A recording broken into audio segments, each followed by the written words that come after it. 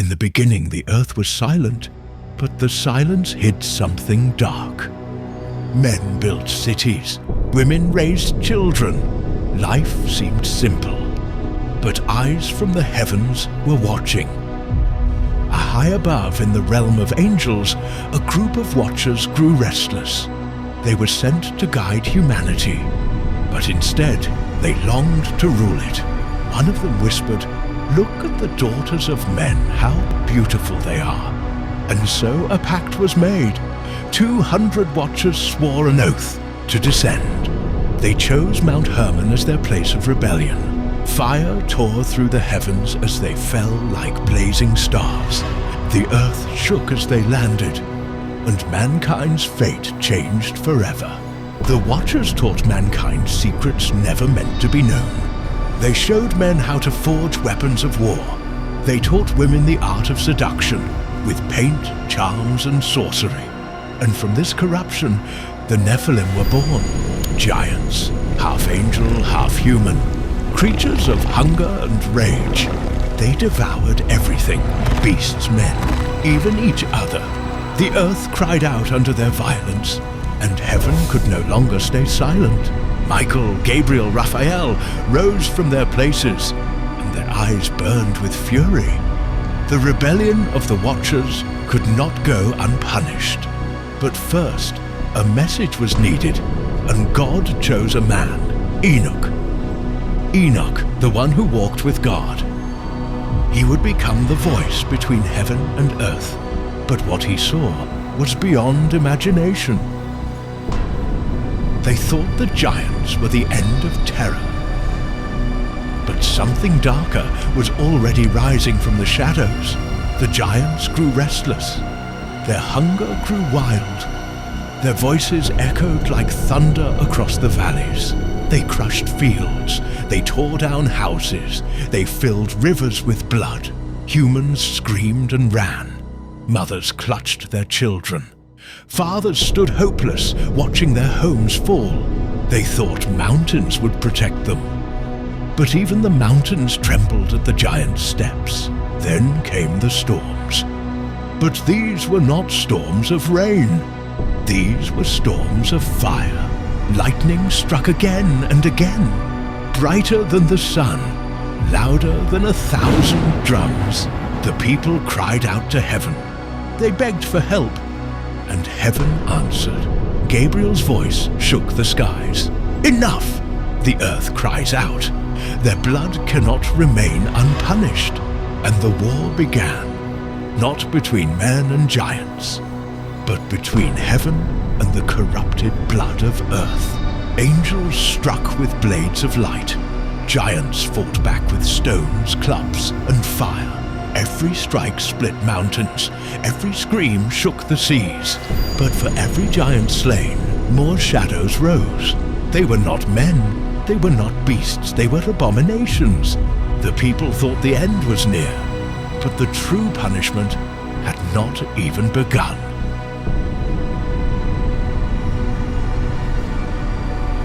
The earth shook as the angels of heaven stepped down from the sky.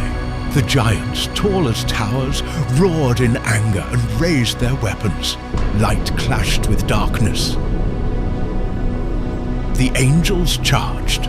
The first strike cut the sky open, fire against flesh. The giants screamed, their voices shaking mountains. But still, they did not fall easily. One giant grabbed 2 angels in its fist, crushing one, while the other barely escaped with torn wings. Blood mixed with fire. The ground groaned under the weight of war. Enoch, hidden on the mountain, saw the battle with trembling eyes. He prayed again, louder and stronger, "Lord, save your people!" And heaven answered once more. The sky tore wider. A second wave of angels, brighter and fiercer, descended with thunder. The giants turned on each other in madness. Their hunger drove them wild. Men screamed, cities burned, the earth became a grave.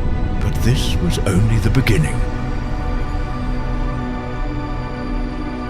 The battlefield was silent. Giants lay broken, their blood soaking the earth. The angels stood with heavy eyes. The war was not over. The earth was still corrupt. From the heavens came a voice. It was thunder, it was fire, it was judgment.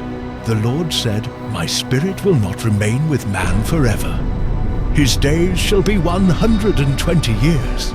Enoch heard and wept. He ran to warn the people, but the people laughed at him. Their hearts were hard.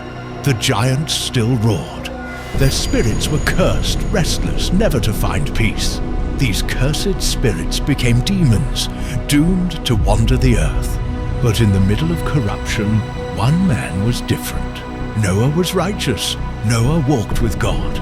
God spoke to Noah, "Build an ark, for a flood will wash away the earth." Noah worked day and night. His hammer echoed like thunder. The people mocked him. "Where is your flood, Noah? Where is your God?" But the sky was changing. Clouds gathered like an army. The first drop of rain fell, heavy as blood. They did not know this was the beginning of the end. The skies broke open. Rain poured like rivers from heaven. At first, the people laughed. They said, "It is only a storm." But the rain did not stop. It grew heavier and heavier. Rivers overflowed. Fields vanished. The ground became a sea. Noah stood at the ark. The animals came 2 by 2. The door of the ark closed, sealed by the hand of God. The people outside screamed. They begged for Noah to open, but it was too late. The waters rose higher. Houses, temples, and towers sank beneath the waves. The giants roared, trying to fight the flood. Their heads rose above the waves. But even the giants could not stand against the judgment of God. The whole earth was covered. Every mountain disappeared under the deep, and only Noah remained, floating on the waters, safe in the ark. The world was washed clean, but the spirits of the giants still wandered.